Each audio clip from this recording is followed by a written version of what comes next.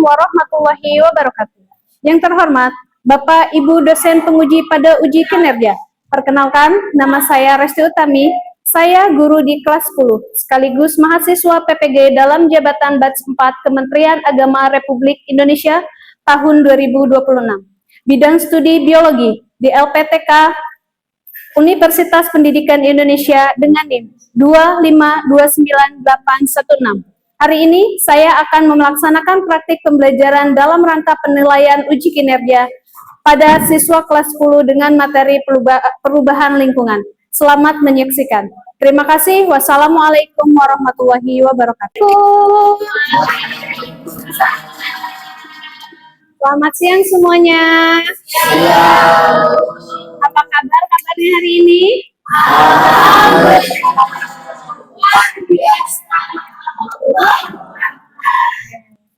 Ada yang tidak hadir hari ini? Masuk semua. Alhamdulillah, para penjaga bumi semuanya sudah masuk ya. Oke, senang sekali Ibu bisa kembali dengan kalian di mata pelajaran biologi.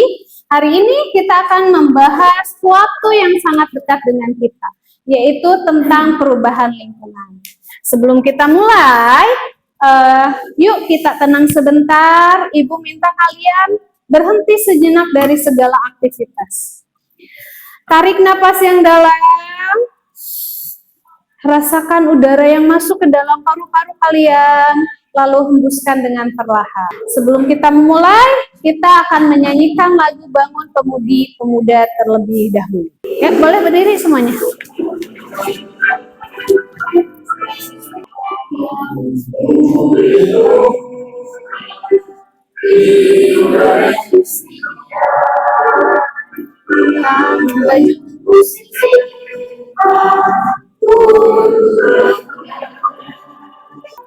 Menjadi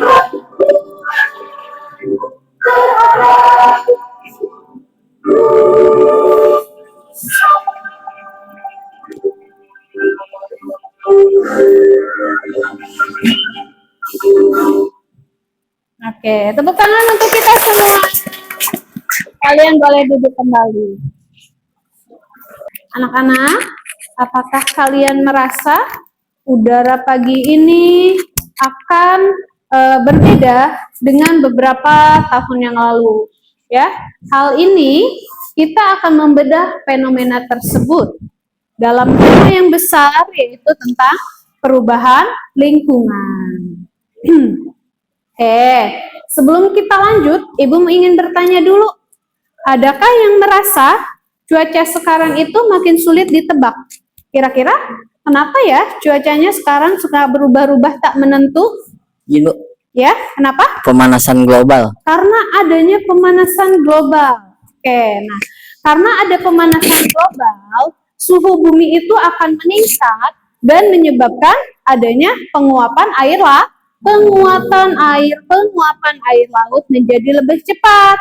Atmosfernya yang lebih hangat terjadi juga mampu menampung lebih banyak uap air.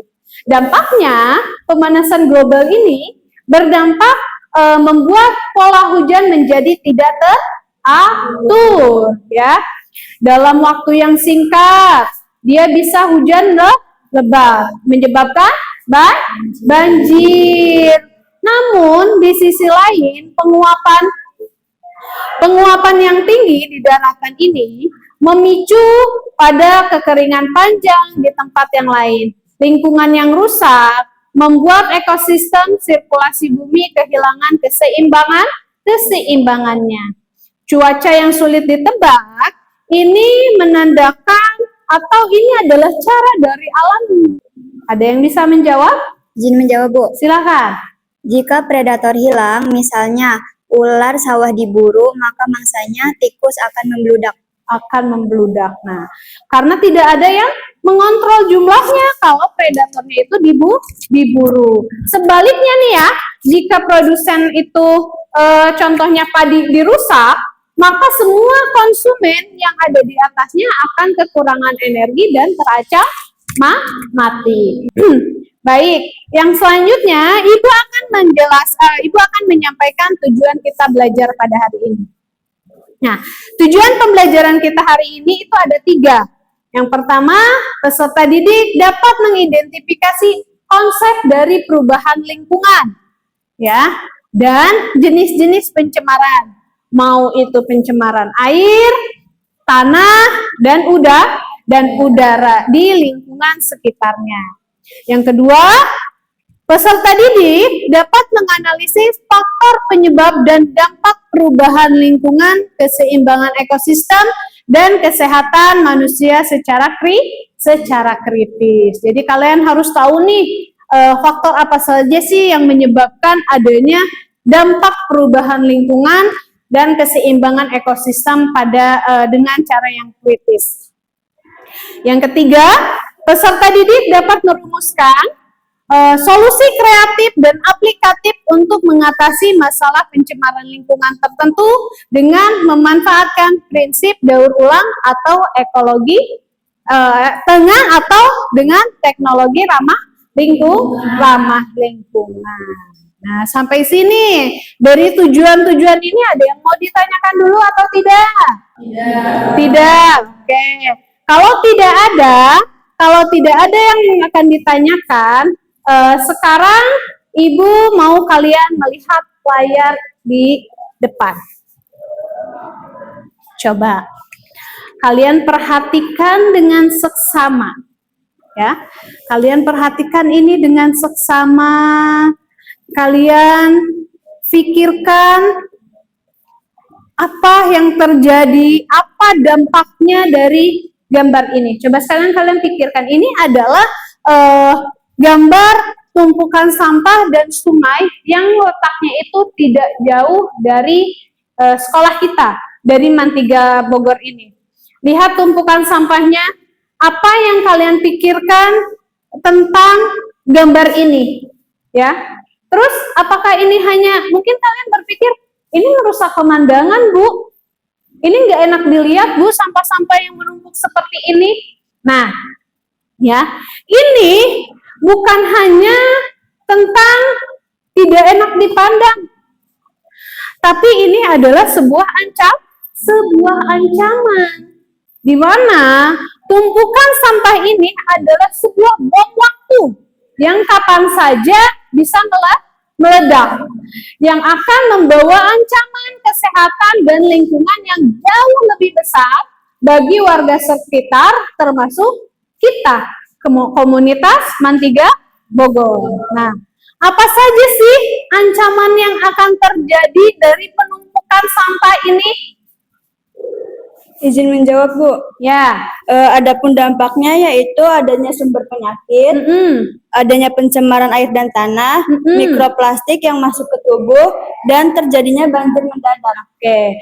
Ya, ancaman-ancaman besar ini yang tadi disebutkan sama temennya itu ya, itu bisa menjadi ancaman yang besar ya. Selanjutnya, Ibu mau kalian melihat salah satu video. Kalian tahu Cilengsi nggak? Tahu. Kalian udah pernah main ke lokasi Sungai Cilengsi? Pernah lihat tidak? Nah, ini adalah pencemaran sungai di Cilengsi. Nah, padahal kita tahu Cilengsi ini salah satu sumber air terbesar untuk Jakarta, di mana dia mengalir dari Bogor bersama dengan Sungai Cikeas dan berhilir di Bekasi. Coba perhatikan. Ya, coba perhatikan.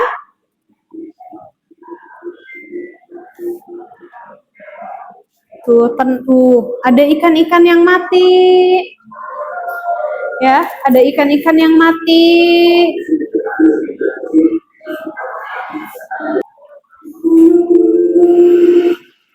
Tumbuhan dan hewan di bantaran sungai mengalami dampaknya.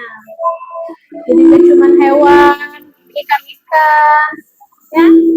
Bagaimana agar generasi selanjutnya tidak menanggung resikonya? Dengan merawat sungai dan yang menjadi tanggung jawab bersama. Oke, jika kita bedah secara ilmiah, berdasarkan dengan materi biologi dan lingkungan, fenomena ikan yang mati ini di tengah tumpukan sampah ini terjadi karena beberapa proses yang saling berkaitan. Yang pertama, adanya penurunan kadar oksigen, di mana kita tahu ikan pun membutuhkan oksigen untuk bernafas. Jadi di sini ada 5 kelompok, setiap kelompok memiliki masalah yang berbeda. Kalian baca masalahnya lalu tentukan apa saja analisis penyebabnya, lalu solusinya seperti apa. Kelompok 1 memecahkan masalah tentang yang 1.1. Kelompok 2 1.2, kelompok 3 1.3, kelompok 4 1.4 dan kelompok 5 1.5. Jika ada hal-hal yang memang ingin ditanyakan, boleh langsung acungkan tangan. Ibu akan berkeliling untuk melihat progres dari kerja kelompok kalian. Ini kelompok berapa? Kelompok 2. Kelompok 2. Oke, selesaikan masalahnya ya. Kalau ada hal-hal yang sulit, boleh ditanyakan. Waktu diskusinya 15 menit, cukup ya? 20 menit, 15 sampai 20 menit. Ya. Karbon dioksida itu CO2. Kalau karbon monoksida, CO saja. Ini juga CO2. KFC. Ini tentang apa ini? Oh, ini ya, AC ya? Iya, AC.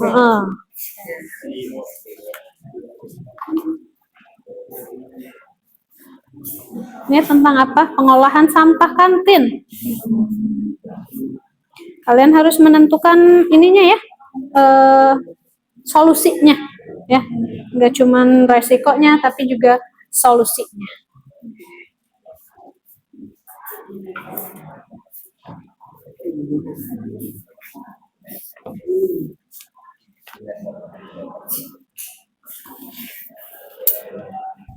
Ada yang mau ditanyakan?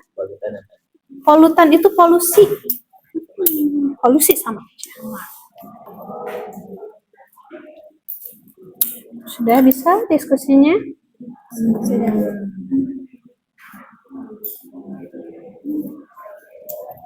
Apa saja yang kalian diskusikan tentang pengolahan sampah kantin ini? Dari resiko kesehatannya. Terus apa lagi?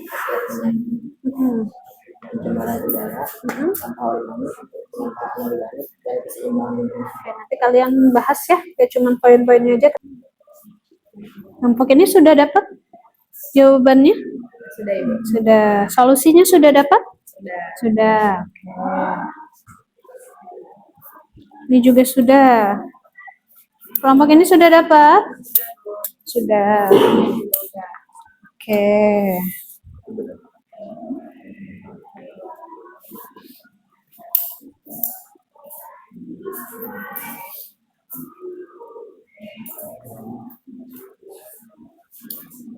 Ingat ya, setiap kelompok tidak hanya memaparkan masalah, tapi juga harus memaparkan solusi dari masalah itu tersebut.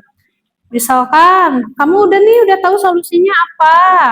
Nah, kamu juga harus merancang kampanyenya.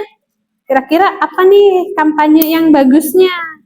Misalkan, untuk yang kelompok 5 itu kampanye hemat plastik. Nah, boleh rancang nih gimana kampanye hemat plastik itu.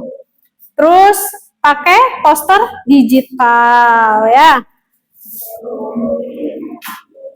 Misalnya lagi ada yang membuat komposter sederhana atau filter air ya dari bahan alami. Nah, ya. Seperti itu.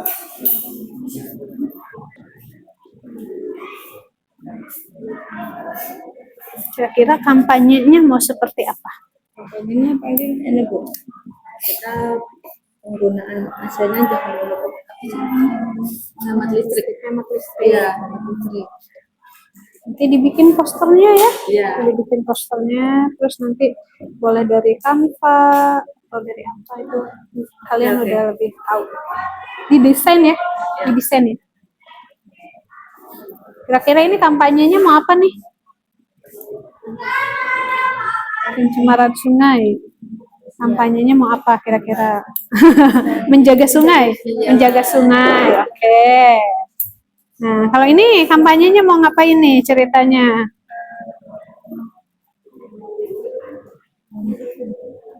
Lagi dibikin ibu. Oh, lagi dibikin, oke, didiskusikan ya. Oke, siap. Ini kampanyenya mau ngapain nih? Ini tentang apa? Kampanyenya tentang ini lahan yang terbuka menjadi TPS. TPS, tempat pembuangan sampah. Iya. Kampanyenya ubah lahan kosong menjadi taman, bukan tumpukan sampah. Nanti didesain ya bentuk posternya seperti apa. Boleh dari Canva, boleh dari ya kalian lebih mengerti lah ya. Oke, waktu diskusinya sudah selesai. Sekarang saya minta setiap kelompok untuk mempresentasikan hasil diskusinya dan diwakili oleh 2 orang atau 3 orang dari perwakilan kelompoknya.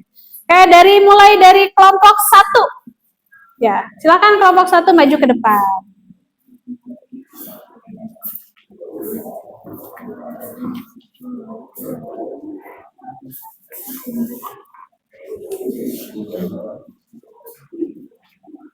Jangan terlalu kena fokus. Nah, kayak yang lain perhatikan ya.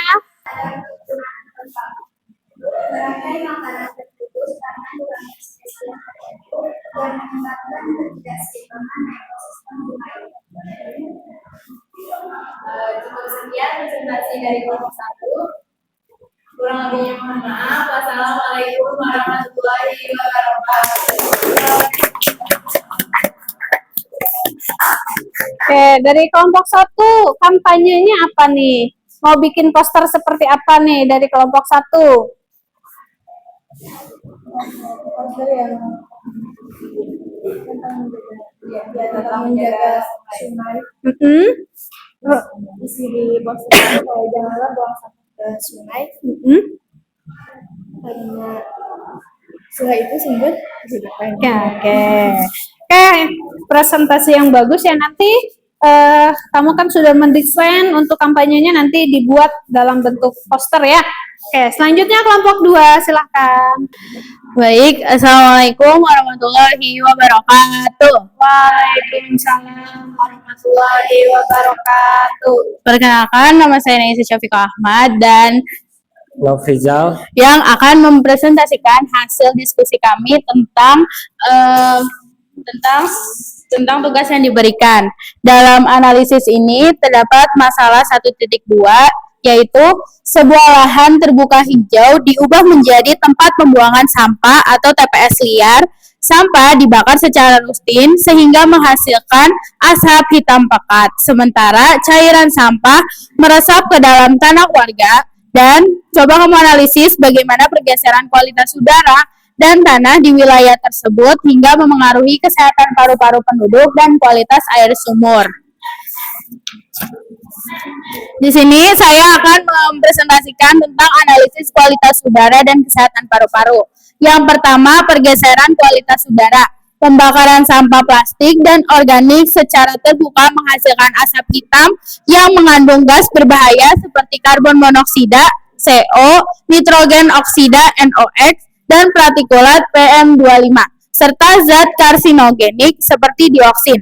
Dampak kesehatannya, asap ini jika terhirup terus-menerus akan menyebabkan iritasi saluran pernapasan atau ISPA, infeksi saluran pernapasan akut, memicu asma, hingga resiko jangka panjang berupa kanker paru-paru karena penumpukan partikel beracun di alveolus. Selanjutnya, ada pergeseran kualitas tanah dan dampak pada air sumur yang akan dijawab oleh Nafrizal. Waalaikumsalam warahmatullahi wabarakatuh.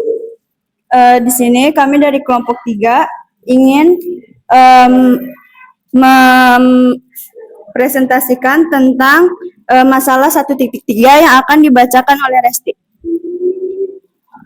Di sini ada Masalahnya yaitu halaman sekolah yang dulunya tertutup rumput dan pepohonan rindang kini telah dipaving blok beton secara keseluruhan untuk keperluan lapangan upacara dan parkir. Saat musim hujan tiba, halaman sekolah sering mengalami genangan air yang cukup tinggi, padahal sebelumnya air cepat meresap ke dalam tanah.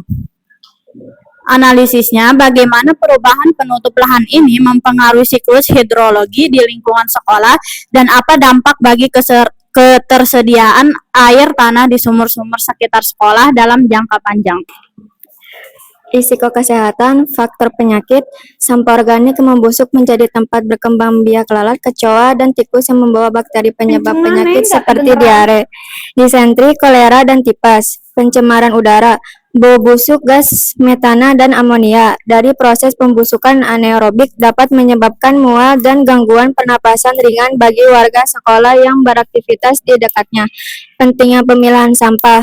Sampah organik jika dipilih dapat diolah menjadi kompos sehingga tidak menimbulkan bau dan mengurangi beban TPA. Sampah anorganik, plastik yang bersih, tidak tercampur sisa makanan memiliki nilai ekonomi untuk didaur ulang dan tidak mencemari tanah dalam waktu ratusan tahun. Keseimbangan lingkungan, pemilahan mencegah penumpukan sampah liar dan menjaga sanitasi lingkungan sekolah tetap sehat dan nyaman. Solusinya, pengolahan sampah kantin, penerapan metode zero waste dengan memilah sampah organik dan anorganik, pengolahan sisa makanan menjadi kompos atau makan maggot, serta mengurangi plastik sekali pakai melalui kebijakan membawa wadah sendiri. Langkah ini didukung oleh penyediaan tempat sampah terpilah dan edukasi aktif kepada warga kantin. Kampanye menciptakan makanan yang higienis, nyaman, dan sehat. Oke, terima kasih, tepuk tangan untuk kelompok 5. Cukup sekian dari kita. Wassalamualaikum warahmatullahi wabarakatuh. Hal-hal yang tadi itu ya, hal-hal yang tadi itu adalah salah satu dari contoh dari daya lenting yang terlampaui. Nah, ya, di pada konsep keseimbangan lingkungan itu yang ada yang namanya daya dukung dan daya lenting. Ada yang tahu nggak daya dukung dan daya lenting itu apa? Daya dukung ya, daya dukung itu adalah kemampuan lingkungan untuk menyediakan ruang dan sumber daya demi mendukung kehidupan makhluk hidup. Sementara kalau daya lenting nih, kemampuan lingkungan untuk pulih kembali ke dalam kondisi yang seimbang setelah mengalami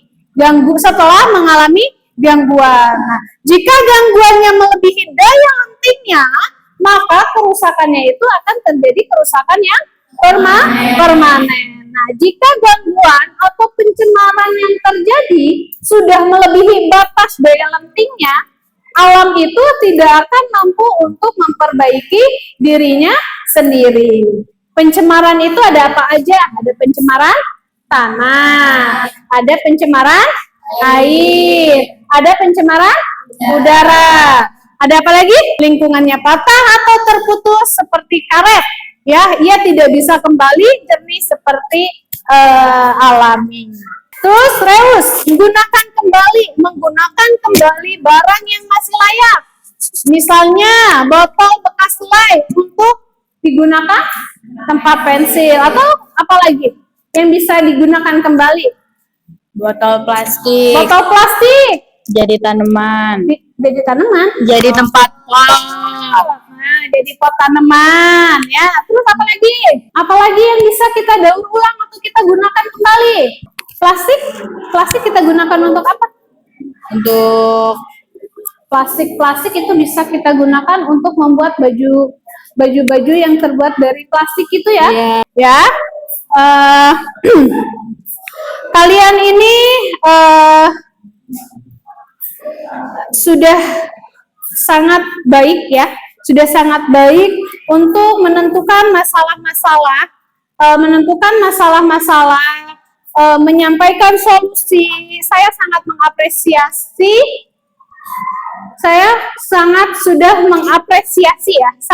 mengapresiasi apa yang sudah kalian presentasikan tadi ya. Kita harus Setiap aksi kecil itu yang kita lakukan itu sangat bermanfaat untuk lingkungan sekitar ya. Misalnya aksi kecilnya apa? Membuang sampah pada tempatnya. Terus apa lagi? Mengurai sampah plastik. Apalagi meminimalisir penggunaan plastik. Terus apalagi menanam tanaman, ya, reboisasi ya. Nah, coba saya mau tahu dari pelajaran kita hari ini apa manfaatnya yang bisa acungkan tangan. Apa sih manfaat kita belajar perubahan lingkungan? Izin menjawab, Bu.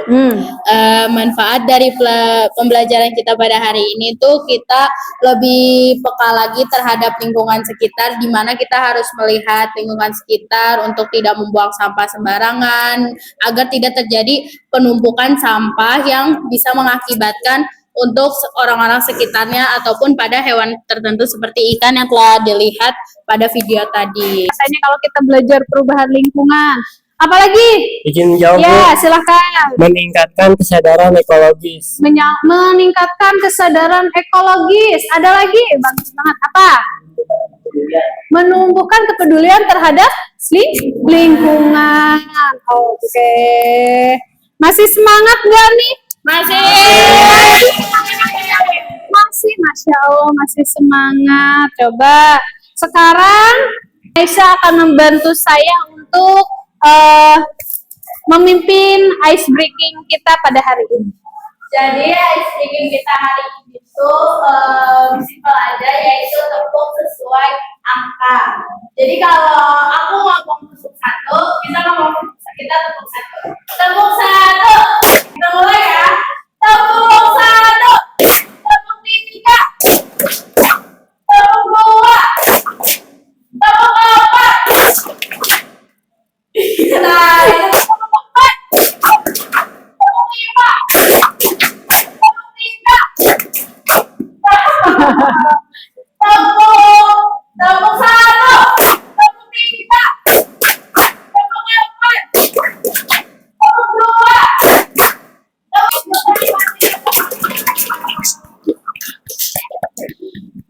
Oke, ya. Baik. Ya. Oke. Kalian ini bukan hanya seorang eco warrior, ya. Kalian harus jadi agen perubahan untuk bumi yang lebih baik. Oke. Yang selanjutnya di akhir pertemuan kita hari ini, ya, kita sama-sama menyanyikan lagu Bagimu Negeri. Jiwa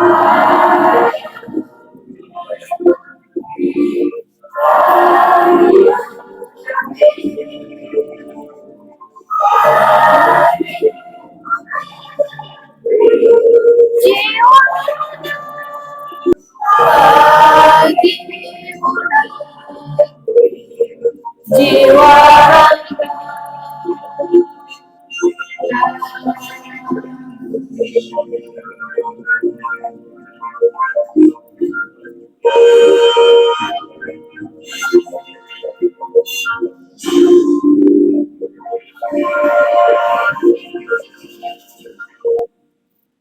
Oke, silakan duduk kembali.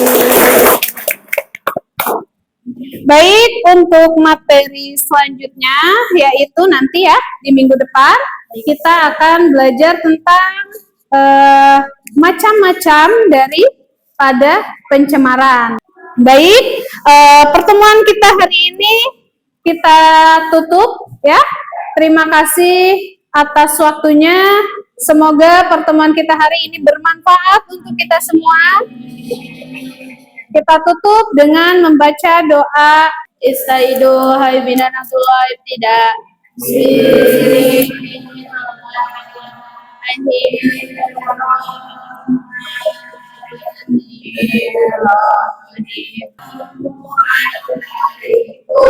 Warahmatullahi wabarakatuh. Waalaikumsalam warahmatullahi wabarakatuh. Terima kasih. Wassalamualaikum warahmatullahi wabarakatuh. Waalaikumsalam warahmatullahi wabarakatuh. Terima kasih.